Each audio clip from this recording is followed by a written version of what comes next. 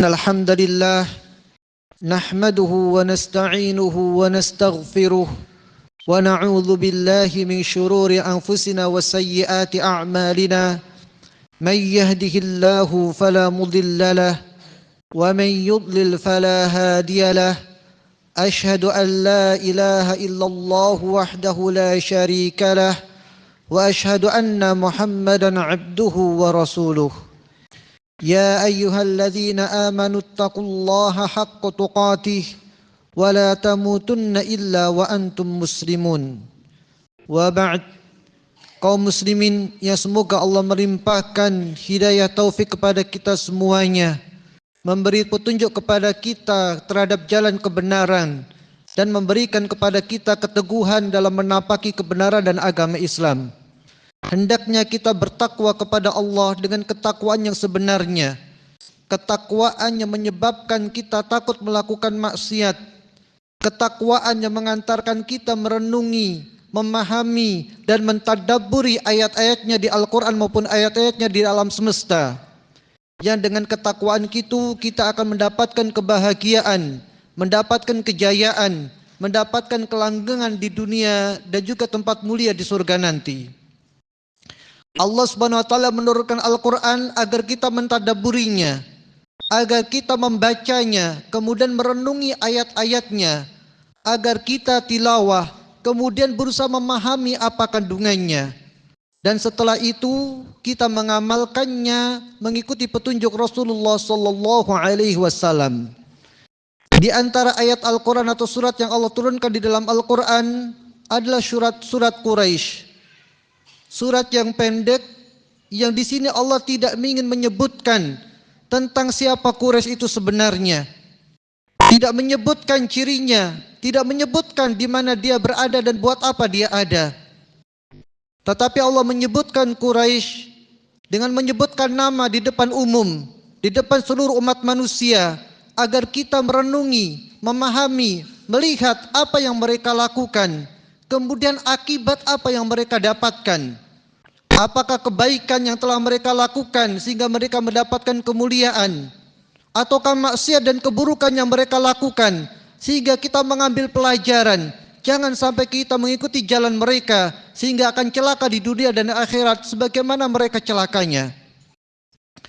Allah SWT menyebutkan surat ini agar kita mengambil pelajaran bahwa Allah menempatkan Quraisy di salah satu tempat yang paling mulia, yaitu di Masjidil Haram.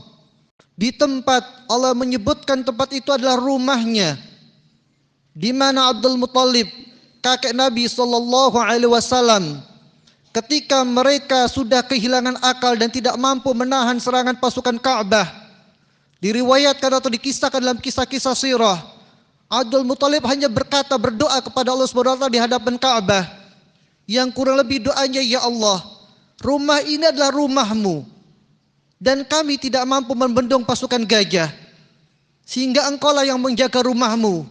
Dengan demikian Quraisy dan Abdul Muttalib sendiri kabur dari Mekah, kabur dari Masjidil Haram, meninggalkan tugas mereka menjaga Baitullah, menyerahkan Baitullah kepada Allah Subhanahu wa taala agar Allah yang melindungi dari pasukan gajah, pasukan yang tidak bisa dibendung oleh orang Arab manapun.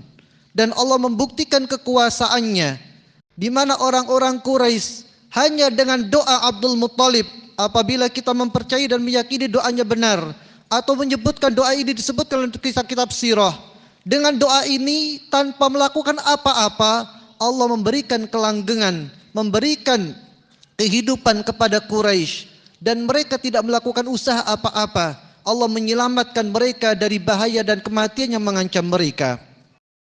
Kemudian kita pelajari dari kisah Quraisy, di mana dengan kisah ini disebutkan dalam buku-buku sejarah, ketika mereka sudah berinteraksi dengan suku-suku lain atau negara lain, ke utara, selatan, timur dan barat, yang Allah sebutkan rihlatash syita'i was-saif. Mereka melakukan perjalanan di musim dingin dan musim panas, melakukan perjalanan ke Romawi maupun ke Yaman. Dan perjalanan ini tujuan aslinya mendapatkan rezeki, sehingga salah satu makna Quraisy adalah kirsh, yaitu uang. Mereka berdagang untuk mengumpulkan uang, sehingga dengan ini mereka disebut sebagai Quraisy. Karena tujuan perjalanan mereka musim dingin maupun musim panas untuk mengumpulkan uang untuk berdagang. Akan tetapi musibah besarnya mereka mengimpor kemusyrikan, mereka memasukkan kemaksiatan ke negaranya. Yang seni memahat patung, seni menyembah patung, agama kemusyrikan yang aslinya tidak dimiliki oleh orang-orang Quraisy, keturunan Nabi Ismail alaihi salam, kemudian kesyirikan ini dibawa oleh mereka. Maka pelajaran yang kita dapatkan, orang ketika Allah berikan nikmat yang sangat banyak, yang ketika Allah limpahkan dunia di hadapannya, maka bisa jadi dunia ini merupakan ujian yang menyebabkan dia melakukan berbagai macam kemaksiatan dan kemungkaran. Dan yang dilakukan Quraisy tidak tanggung-tanggung. Dosa yang paling besar yaitu menyembah patung selain menyembah Allah Subhanahu wa taala. Menyembah patung selain Allah Subhanahu wa taala. Bukan hanya itu. Patung-patung mereka tempatkan di tempat yang harusnya menyembah Allah Subhanahu wa taala, di Masjidil Haram. Bukan hanya di sekitar Ka'bah, bahkan ada yang ditempatkan di atas Ka'bah, bahkan ada yang disimpan di dalam Ka'bah. Maka mereka melakukan kemaksiatan, dosa yang paling besar dan tidak tanggung-tanggung. Tempatnya adalah tempat yang terhormat, Masjidil Haram. Dosa yang mereka lakukan, dosa yang paling besar, mengotori Masjidil Haram bukan dengan kotoran berupa kotoran tanah, daun, atau sisa-sisa makanan.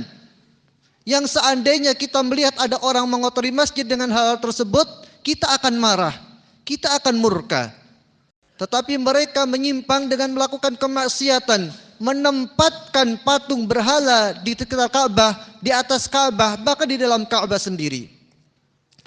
Maka kita juga harus memperhatikan agar kita senantiasa bergaul dengan orang-orang soleh, dengan ahli ilmu.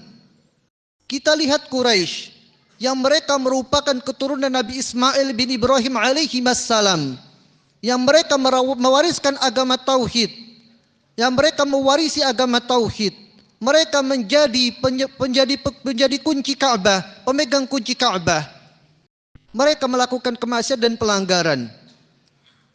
Di antara kesalahan mereka adalah bergaul dengan negara-negara lain, negara-negara tersebarnya maksiat dan kemusyrikan, dan mereka tidak bisa menyeterilkan pemahaman mereka, tidak membekali diri mereka ketika mencari rezeki dengan ilmu agama, sehingga ketika melihat orang menyembah patung dan mereka menganggap ini baik, mereka bawa penyembahan patung itu ke negeri mereka, dan sehingga tersebarlah kemaksiatan dan kemungkaran, kesyirikan di negeri mereka, yaitu di Masjidil Haram, di Makkah Al-Mukarramah.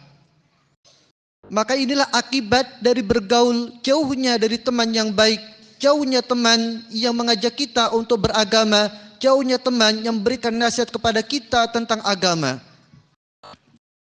Kemudian di antara nikmat yang besar yang Allah berikan kepada mereka adalah nikmat mereka bisa mendapatkan rasa aman.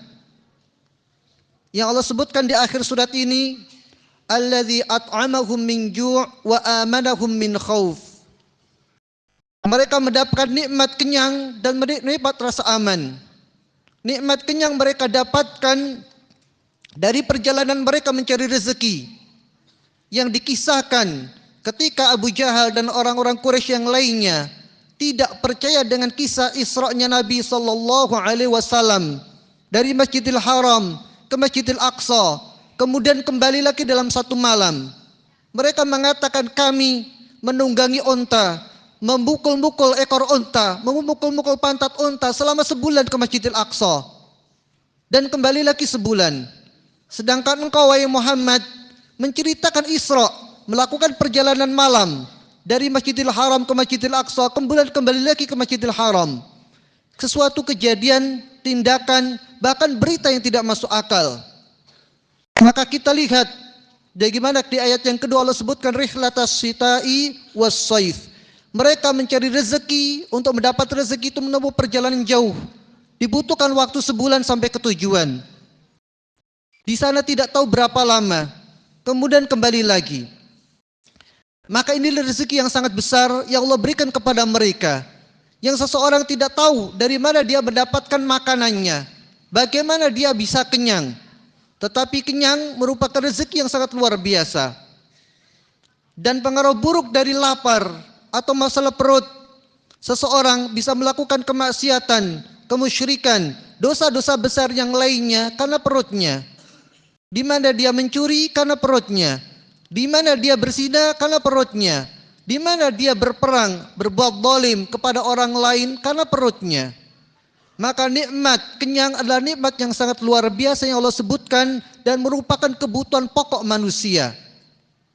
Kemudian nikmat yang kedua yang Allah sebutkan yaitu nikmat aman, yang dikisahkan dalam buku-buku sejarah atau buku-buku tafsir bahwasanya Quraisy adalah penjaga Masjidil Haram, penjaga Ka'bah. Sehingga ketika mereka melakukan perjalanan musim dingin, musim panas ke utara, timur, barat atau ke arah manapun, maka semua orang menghormati mereka sebagai penjaga Ka'bah, sebagai penghuni Masjidil Haram, sebagai penduduk Mekah Al-Mukarramah. Maka nikmat aman, nikmat yang sangat besar yang dibutuhkan manusia. Seseorang tidak bisa sholat dengan khusyuk kecuali dengan rasa aman. Seseorang akan terbukti keikhlasannya dalam berdoa kalau dia mendapatkan rasa aman. Seseorang bisa melakukan pengajian, bisa melakukan dakwah, pengajaran ketika dia mendapatkan rasa aman. Maka di sini Allah menyebutkan surat Quraisy, menceritakan aktivitas Quraisy. Kemudian Allah menegur kesalahan mereka, yang kesalahan ini terlihat nyata di depan siapapun yang melihat mereka saat itu, yaitu kesalahan dosa yang besar, kemusyrikan, meletakkan patung, meletakkan berhala di Ka'bah dan di sekitar Ka'bah. Maka Allah menegur mereka, fal ya'budu rabb hadzal bait. Hendaknya mereka berdoa, beribadah kepada pemilik rumah ini, yaitu Allah Subhanahu wa taala. Kemudian Allah juga mengingatkan mereka bahwasanya Allah memberikan mereka nikmat yang paling utama, yaitu nikmat yang menjadi parameter kestabilan negara atau masyarakat. Allazi at'amahum min ju' wa amanahum min khauf. Semoga Allah berikan kepada kita hidayah agar kita menjadi orang yang membaca Al-Quran, kemudian mendengarkan perkataan dan bacaan Al-Quran, dan menjadi orang yang mengikuti yang paling benar, paling baik, dan paling bermanfaat dari membaca Al-Quran ini. Allah berikan hidayah kepada kita untuk mengamalkannya. Aqulu qouli hadza astaghfirullah li wa lakum.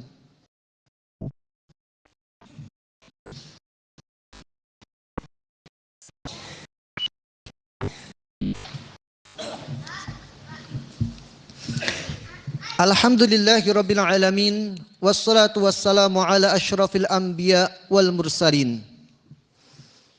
Kaum muslimin, semoga Allah berikan kepada kita keteguhan, berikan kepada kita hati yang bisa menerima kebenaran dan kebaikan. Allah lapangkan hati kita untuk mendapatkan hidayah. Tatkala kita menyebut nama Quraisy, pasti kita selalu ingat disitulah Nabi Muhammad SAW berasal. Dan tatkala kita menyebutkan nama Quraisy, tentunya kita selalu ingat dengan sejarah bagaimana Nabi mendapatkan ujian besar dan paling besar dengan Quraisy. Sehingga Allah menyebutkan dalam urutan ujian orang-orang yang Allah pilih dan Allah ridhai.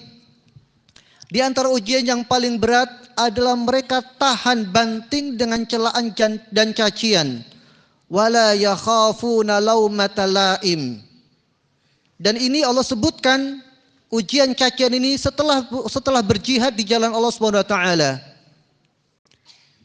Di antara orang yang Allah ridai, Allah sebutkan yuqimunas shalah wa yu'tunas zakah wa yujahiduna fi sabilillah. Mereka mendirikan salat, menunaikan zakat, berjihad di jalan Allah, dan terakhir wala yakhafuna laumata laim. Tidak takut dari celaan dan tahan banting dengan hinaan. Kita lihat Nabi Muhammad SAW setelah beliau mendapatkan gelar paling mulia Al-Amin, orang yang paling dipercaya. Kemudian gelar apa yang diberikan Quraisy kepadanya? Disebutkan sebagai dukun, disebutkan sebagai penyihir, disebut sebagai orang gila, dan sebut-sebutan yang lainnya. Yang sebutan itu tidak nyata. Karena orang menghina bukan menyebutkan kenyataan, tetapi menyebutkan sesuatu yang tidak ada sebenarnya. Dan ujian ini ujian yang paling berat, yang dihadapi seorang dai atau seorang pengajar. Siapapun yang ingin mengajarkan agama Islam, siapapun yang ingin mengajarkan kebenaran, ingin berdakwah di tengah masyarakat, ingin mengajak manusia berubah untuk menuju Allah dan Rasul-Nya, maka mereka akan mendapatkan ujian ini berupa celaan, berupa cacian, cibiran. Maka seorang dai, seorang penyeru yang menyeru kebenaran dan mengajarkan kebaikan, maka harus siap dengan hal ini. Dan ini sudah dikabarkan oleh Naufal kepada Nabi Muhammad SAW ketika awal beliau mendapatkan wahyu, sehingga Nabi Muhammad merasa aneh, amukhrijiyahum, apakah mereka akan mengusirku? Maka kata Naufal, tidak ada siapapun, seorang pun yang membawa kebaikan, membawa agama ini kecuali mereka akan diusir. Kemudian di antara ujian yang terberat yang dihadapi seorang dai adalah dia berdakwah kepada keluarganya, mengingatkan anak istrinya, mengingatkan saudaranya, mengingatkan sepupunya, dan juga mengingatkan tetangganya. Maka ketika Allah perintahkan kepada Nabi Muhammad, wa anzir ashiratakal aqrabin, berilah peringatan kepada keluarga-keluarga dekatmu wahai Nabi Muhammad. Maka siapa yang pertama kali mencela beliau, yaitu pamannya sendiri, Abu Lahab. Bahkan dikisahkan ketika kelahiran Nabi Muhammad, Abu Lahab di antara orang yang paling gembira dengan lahirnya Nabi Muhammad. Dia yang pertama kali mengurus Nabi Muhammad. Dia yang memiliki budak Suwaibah yang menyusui Nabi Muhammad SAW. Tetapi ketika Nabi memberikan peringatan kepadanya dan keluarganya, maka dialah orang yang pertama kali mencela. Dan ini ujian berat bagi seorang dai. Dia bisa mungkin mengajak dan memberikan nasihat teman-temannya, atau teman-teman yang di media sosialnya, temannya di grupnya, di Facebooknya, bisa menyampaikan ayat, bisa menyampaikan hadis, bisa menyampaikan perkataan ulama, bisa berlemah lembut kepada mereka. Jangan melanggar, jangan melakukan maksiat, ini dosa, ini buruk. Tapi belum tentu bisa melakukan semua akhlak kebaikannya dan nasihatnya kepada istri dan anak-anaknya. Belum tentu bisa melakukannya kepada tetangganya. Maka ini di antara ujian yang terberat yang dihadapi seorang dai. Maka itulah ujian Nabi Muhammad SAW. Kemudian ujian ketiga yang beliau hadapi dengan Quraisy. Maka ketika Allah memerintahkan beliau untuk hijrah dari Makkah ke Madinah, meninggalkan kampung halamannya, meninggalkan saudara-saudaranya, meninggalkan tetangga-tetangganya. Kemudian setelah hijrah, permusuhan yang ada antara Islam dengan kafir adalah permusuhan Quraisy dengan Madinah. Perang tahun 1 Hijriah, kejar-kejaran kafilah antara Quraisy dengan Madinah. Perang Badar, Quraisy dengan Madinah. Perang Uhud, pokoknya adalah Quraisy dengan Madinah. Bahkan sampai terakhir, sampai sulhu Hudaybiyah, berhentilah perang dari Quraisy dengan Madinah. Maka bayangkan seseorang ketika menyeru kebaikan, dicela oleh pamannya, dicela oleh saudaranya, dicela oleh tetangganya, kemudian sampai diintimidasi, diancam, diangkat senjata, ditodong, bahkan terakhir Allah perintahkan perang antara perang dirinya sebagai penyuruh kebaikan dengan saudara-saudaranya, yaitu orang-orang Quraisy. Maka seorang dai membutuhkan ketakwaan dan mental yang sangat kuat. Tanpa keimanan, ketakwaan, tidak mungkin dia bisa, Nabi Muhammad bisa melakukan hal semua ini. Dan pelajaran bagi kita, tatkala kita sudah duduk di majelis ilmu, tatkala kita sudah mulai mentadaburi Al-Quran, maka kita harus betul-betul bersandar kepada Allah Subhanahu wa taala. Ujian tidak mungkin kita hadapi tanpa pertolongan dari Allah Subhanahu wa taala. Kemudian tatkala kita mendengar Quraisy, kita selalu ingat, bahkan sampai zaman kita sekarang, makanan-makanan luar biasa yang terenak, ternikmat di dunia ada di sana. Buah-buahan yang paling enak, paling segar ada di sana. Kita semuanya bisa menyadari dan mengingat, ini adalah doa dari Nabi Ibrahim alaihi salam. Ketika beliau berdoa, ketika beliau meninggalkan Ismail dan ibunya, kemudian seraya berdoa, Rabbi ja'al hadza baladan amina warzuq ahlahu minas samarati man amana minhum. Ya Allah, jadikan negeri ini negeri yang aman. Kemudian berilah rezeki mereka buah-buahan. Nabi Ibrahim tidak berdoa agar buah-buahan tumbuh di Mekah, tapi Nabi Ibrahim berdoa agar mereka mendapatkan rezeki buah-buahan, sehingga buah dari manapun asalnya sampai ke Mekah. Buah dimanapun enaknya, bagaimanapun enaknya, buah itu ada di Mekah. Kalau kita lihat silsilah Nabi Muhammad SAW, maka beliau dengan Nabi Ismail dikisahkan atau diperselisihkan antara selisihnya 61 kakek, atau bahkan lebih dari itu atau kurang dari itu. Katakan 60-an. Tetapi akibat doa sang kakek Nabi Ibrahim alaihi salam dari 60 generasi sebelumnya, maka doa itu dirasakan terus menerus generasi ke generasi, tahun ke tahun, bahkan cucu dan cicit seterusnya merasakan doa tersebut. Di mana sampai lahirnya Nabi Muhammad, orang Quraisy merasakan aman. Di mana sampai lahirnya Nabi Muhammad, mereka merasakan kenyang dengan berbagai macam rezeki. Maka lihatlah di sini mukjizat kemuliaan yang Allah berikan kepada Nabi Ibrahim alaihi salam. Doanya tidak hanya berlaku untuk dirinya dan anaknya saja, tetapi doa itu terus mengalir kebaikannya sampai keturunan-keturunan, sampai bahkan kita sekarang melihatnya. Maka jangan berhenti dari berdoa. Jangan terpengaruh, jangan menyesal, kemudian jangan berkecil hati. Kok anak saya nakal? Kok anak saya di mana-mana dicela? Kok murid-murid saya, teman-teman saya semuanya dicela? Jangan berhenti dari berdoa, karena doa itu bisa mengubah semuanya. Apakah dengan usaha kita? Tidak, tapi Allah yang mengubahnya. Maka kita lihat dengan nyata doa Nabi Ibrahim dirasakan dari generasi-generasi, dan kita bisa melihatnya sampai zaman sekarang. Maka jangan berhenti berdoa mengharapkan kebaikan untuk diri kita dan diri anak-anak kita. Semoga Allah kabulkan doa-doa kita dan Allah berikan kebaikan kepada anak-anak kita.